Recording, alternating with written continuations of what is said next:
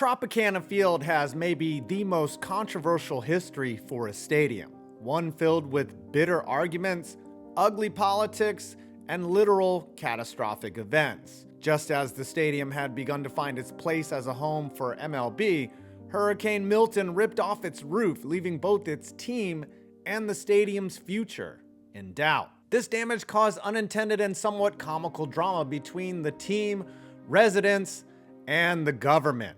But is this drama finally over? Let's find out. To say Tropicana Field got off to a stormy start is an understatement. Opened in 1990, the Suncoast Dome, as it was called back then, was built entirely with taxpayer funds. Before, it had a tenant, and before MLB had even planned to expand its league. After being snubbed once in 1993, it finally got the Rays in 1998. But the stadium had drama long before a pitch was even thrown, or even before dirt was shoveled. The 66 acres that the field occupied was sectioned off of what was called the gas plant district. When the stadium was approved and construction began, many of the district's residents, largely a black population, were displaced and given little to no financial help to relocate.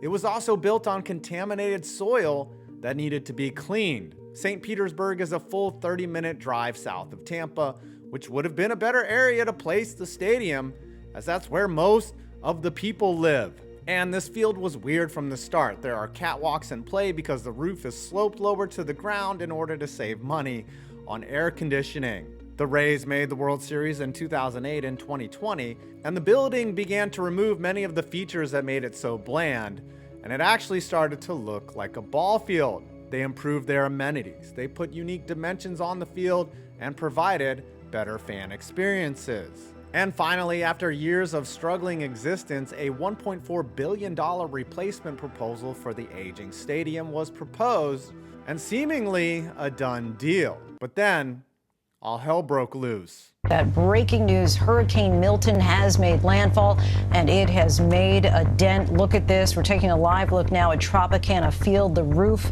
ripped right off of the stadium there.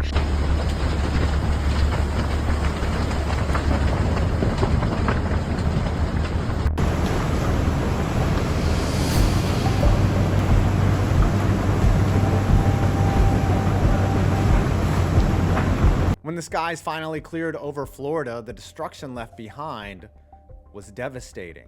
And there was no more visible sign of this damage than that of the roof of Tropicana Field being ripped right off, the tattered remains clinging to the steel structure in haunting fashion.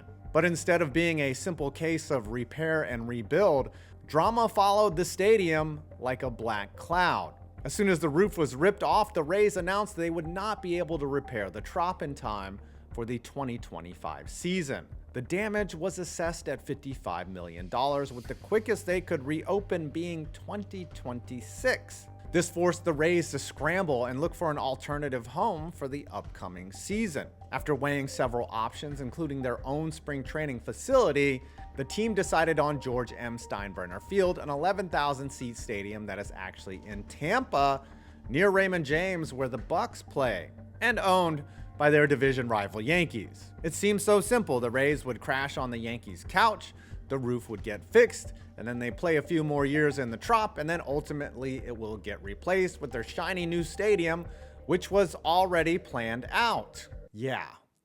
No. On November 21st, the St. Petersburg City Council reversed course and decided not to fund the fixing of the roof.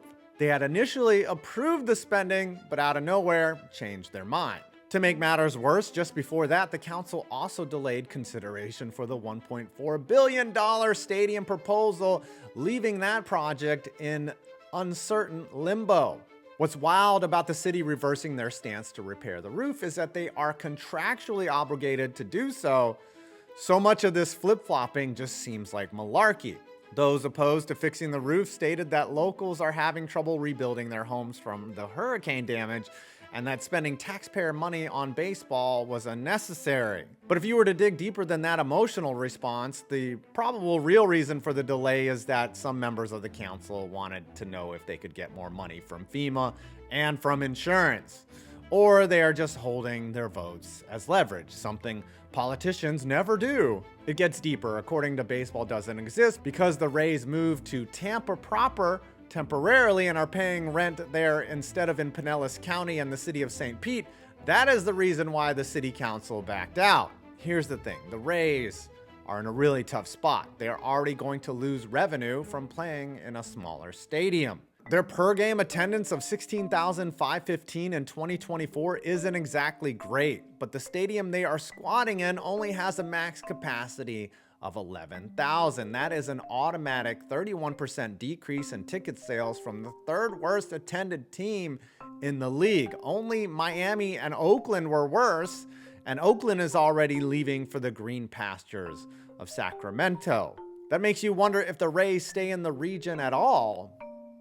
Unless, in early December, the city all of a sudden reversed course on the roof repair, voting to agree to get the Trop fixed as they were contractually obligated to do so.